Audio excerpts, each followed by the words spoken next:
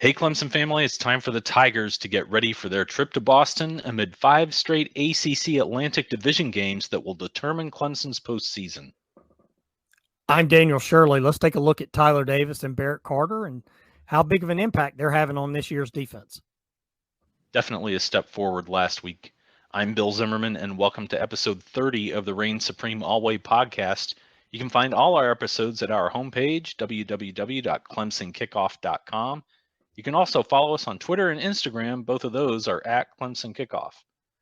Well, let's go ahead and get into the difference that we saw in the defense last week and some of the guys who were definitely at the heart of that improvement against NC State compared to Wake Forest.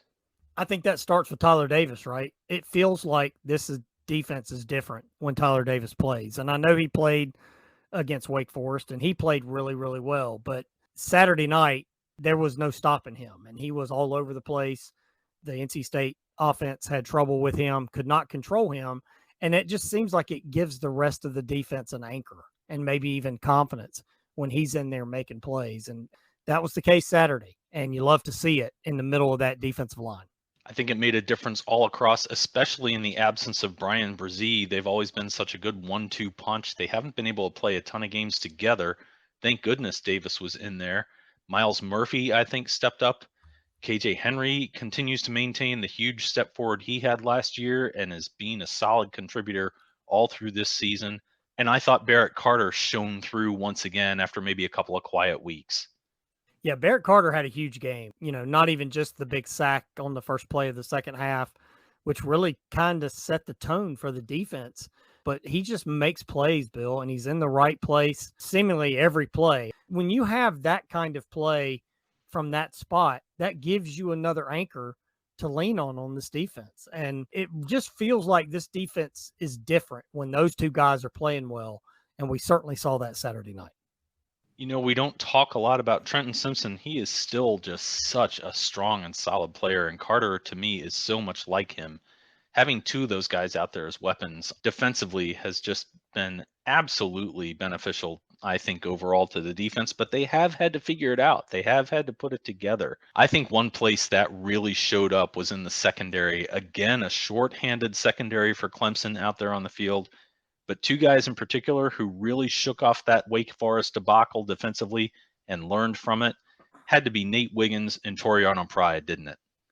It did. I thought both played really, really well and both made key plays in that game. I know Pride had the interception off the deflection.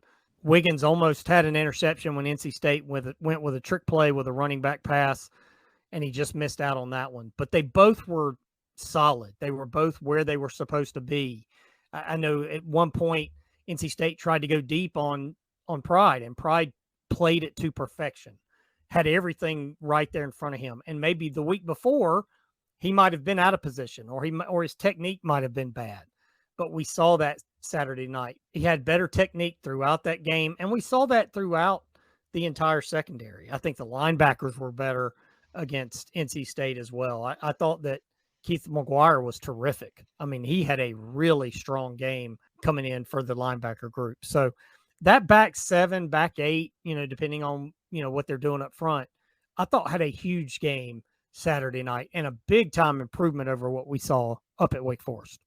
I would have to say it was an easier task as well. I don't think we can ignore that. I know we talked a little bit about it in the last episode. I just don't think NC State offensively is as good as advertised. I think Devin Leary doesn't have 10 guys around him that he can really count on, quite frankly, to be the quarterback that he has been hyped up to be. But I do think that both things can be true, that they weren't as good and that Clemson definitely played better. Clemson head coach Dabo Swinney talked about the growth that this defense has had early in the season. Maybe this week isn't so much about technique growth. Maybe this week isn't so much about effort growth. Maybe it's just about focus and not playing down to BC's level in order to keep this going, because you've got Florida State looming ahead, still a strong contender for the ACC Atlantic Division title despite losing last week to Wake Forest. They played them close. They jumped out early. Then they had to make a comeback to make a game of it again. They're going to be determined to break through against Clemson, and you don't want to lag this week against Boston College between last week's top 10 matchup and however highly ranked FSU is going to be, do you?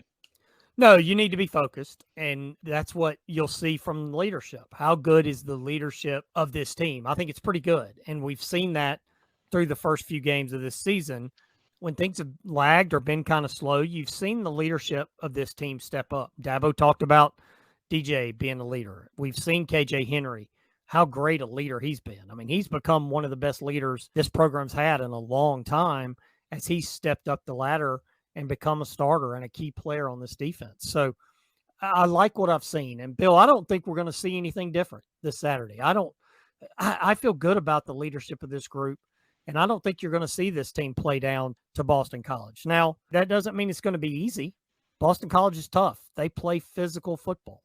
Phil Jerkovich is a really good quarterback. And I don't think BC is going to be intimidated by Clemson because the last couple of games they've played, they've been right there with a chance to win.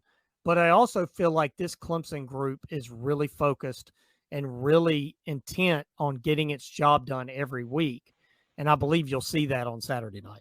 You talk about the BC offense. It has struggled this year. They probably have an even worse O-line than North Carolina State did coming into the Valley. They had 4 starters leave during the offseason. Since then, they've had 3 injuries on top of that. And that has left Jerkovich a very limited ability to drive this offense and drive an attack and put points on the board.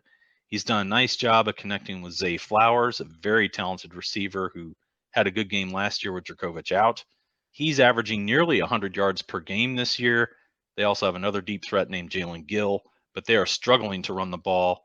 And if Clemson is on point, this could be a very different game than it was last year.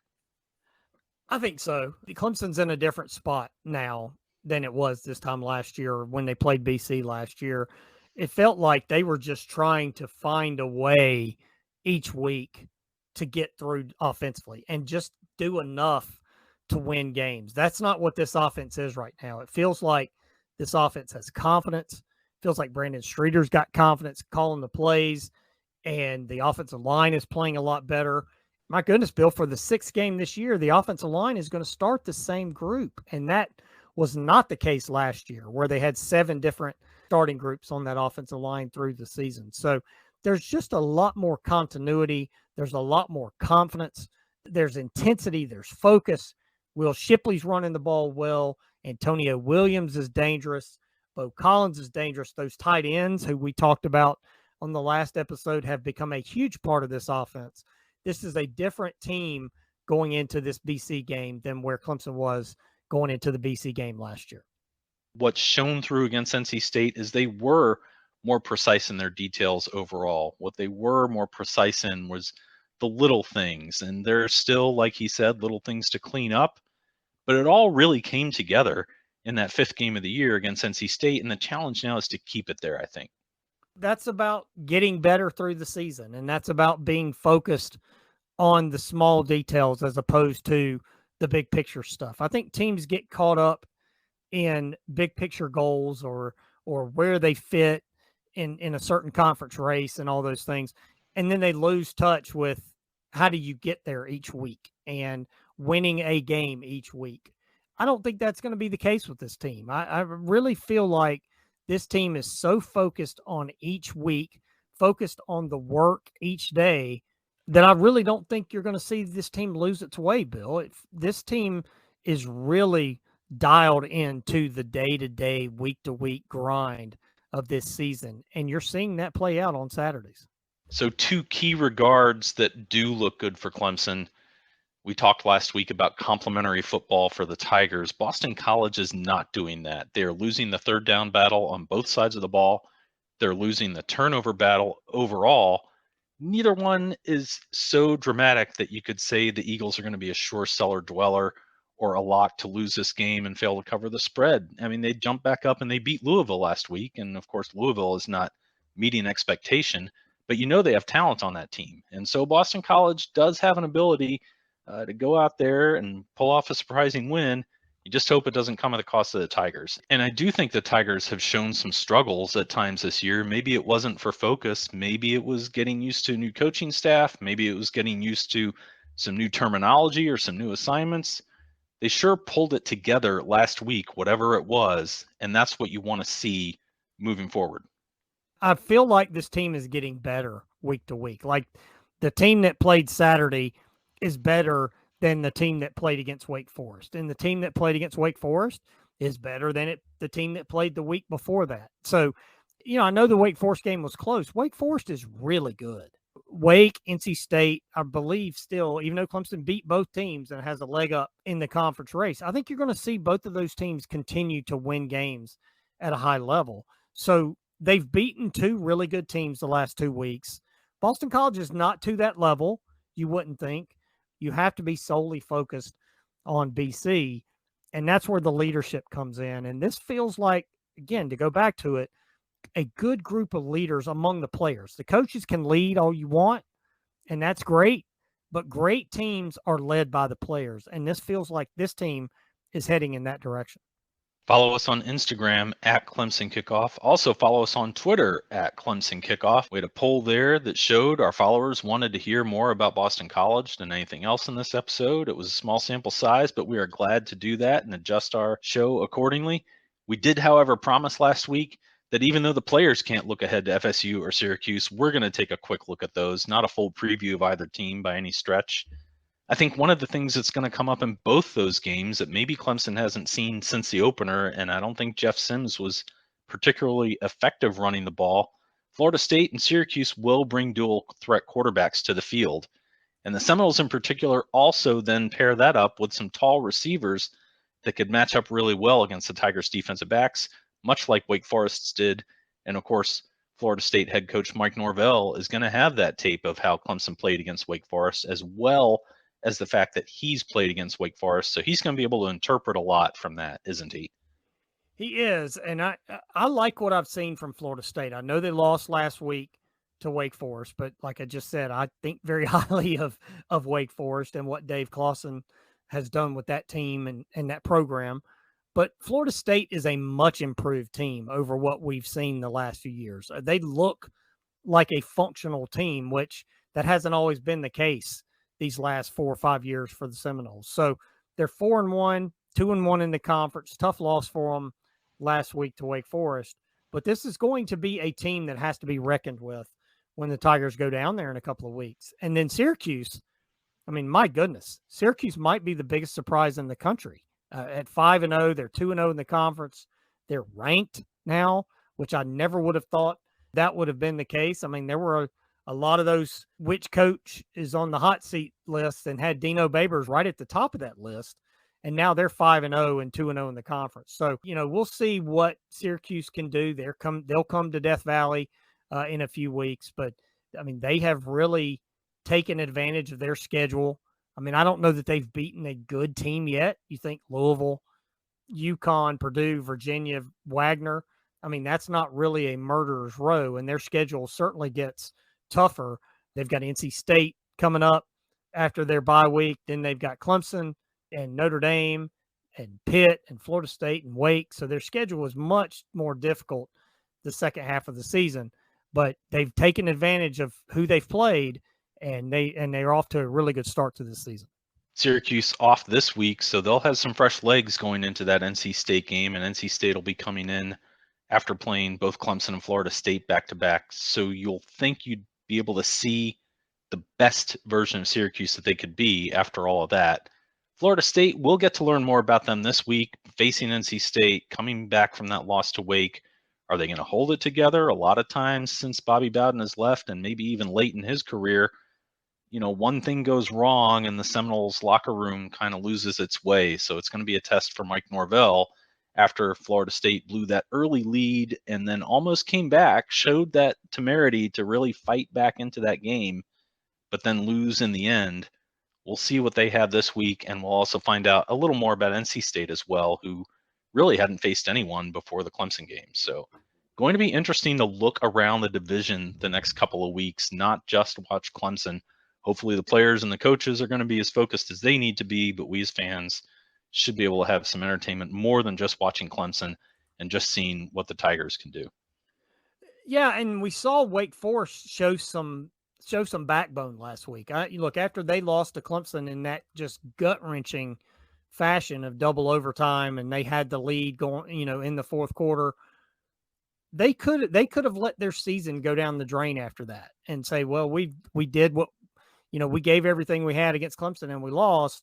What else is there to play for? And they showed some leadership in that game. Let's see what NC State shows coming up after their loss to Clemson. Like you said, they've got Florida State, and then they're going to still have to play Wake Forest. They do have Syracuse, like you said, and Virginia Tech's not very good. We'll see with Boston College, Louisville, and North Carolina. But I think you're going to see NC State step up. They've got too much to play for. There's too much talent on that team. The defense is too good for them to just say, okay, one loss is going to define our season. With Notre Dame starting out with some struggles, with Miami having lost to former Clemson assistant Rick Stockstill and his Middle Tennessee State program, it's going to be tough for Clemson to muster up some strength of schedule that's going to have some national respect. So watching some of these games in the next few weeks, you kind of want someone to emerge with some cachet and really run the rest of the table. And maybe even two of those teams with a very close game between them. Of course, you want Clemson to get into that ACC championship game unblemished, and hopefully with a resume in tow that will sort of eclipse the fact that whoever comes out of the Coastal probably isn't going to add much to that. So we'll see how that can all come together. What else are you going to be watching in general, maybe back to focusing on Clemson next couple of weeks? I want to see how the offensive line continues to play, Bill, because we've seen that group be really good, and it's progressed really good. And how much time has DJ had to throw the ball? We've seen that throughout this season. Go back and look at that play to Will Shipley at the end of the first half, where DJ had all the time in the world to scan the field. Now that you're past that NC State game, maybe there's a couple of defenses that you can take advantage of running the ball. I'd love to see the running game get going in full gear. But again, see how much time DJ is going to have to throw the ball is going to be key for me. Boy, that running game definitely has to be a part of it. I think at some point, Clemson's got to get that going to really earn that full respect that you want nationally in order to get into the playoff. People love Ohio State. People love Michigan. We know people love to have two SEC teams in the playoffs. So it's going to be tough to carve out that niche and move ahead. I'm still not worried about the fact that Clemson isn't ranked in the top 4. But boy, you wish they were looking at the fact that, hey, already Clemson is the only team with 2 wins against ranked teams and has a chance to do even more. So you hope the Atlantic is not going to fall into that coastal chaos situation. And if the running game advances and if some opponents can earn some respect, that's really probably going to be the cherry on top. And then, of course, the secondary. I mean, I still want to see that secondary, A, get healthy, but 2, execute a lot more reliably than they have this year. And they're getting close. I mean, they're looking better. You still want to see some of these guys flip the switch, as this coaching staff likes to say, right? And really put it all together. Sheridan Jones hopefully will return this week. Hopefully Andrew Makuba's healthy. Hopefully Ray Mickens is healthy. You want those guys out there, but they should be building depth. And as they go along and get their feet under them, and again, I know Mickey Kahn is still coaching safeties. I know Mike Reed is still coaching corners. But there are some new schematics that are out there with a change in coaching, whether it's just terminology, maybe it's a little bit different tone that's wanted. If they can pull that all together and really prepare for a playoff run and look impressive and look like, yeah, this is the Clemson program that usually gets to the playoffs and wins a game more often than, Oklahoma going home with 1 loss and not contending, more often than other teams that just haven't had that level of success and the number of wins that Clemson has had. Time to start thinking about those things a little bit. So we'll see as the quality of competition remains to be seen. Clemson has to focus on itself. And of course, that's something Dabo Swinney has always stressed. He has, and that's going to be key to the second half of the season. And we're almost to the second half of the season, which is hard to believe. But after this BC game, Clemson will have played 6 games, and we'll be into the second half and getting ready to see what this team can do and see what this team can do in the big picture. We don't want to get caught up in the big picture, especially the players and the coaches, but that is going to be a big time focus going into the second half of the season. Well, I hope everyone has enjoyed this episode. Hope we hit the notes that you want us to hit. If not, let us know. But we are glad you found us, Clemson family. Hit that subscribe button, hit that follow button, hit that like button, please. You can stay up to speed every time there's news on campus. It's the easiest way to help us keep this a free podcast, which we are committed to doing. Our homepage has some great resources, www.clemsonkickoff.com. All our episodes are there. You can find our podcast links as well. Follow us on your favorite podcast app. I mentioned Twitter at Clemson Kickoff, and we're having some fun with Instagram, also at Clemson Kickoff. You can also find us on Facebook at Reign Supreme Alway. Well, until the next episode after the BC Red Bandana game, I'm Bill Zimmerman. I'm Daniel Shirley. Go Tigers.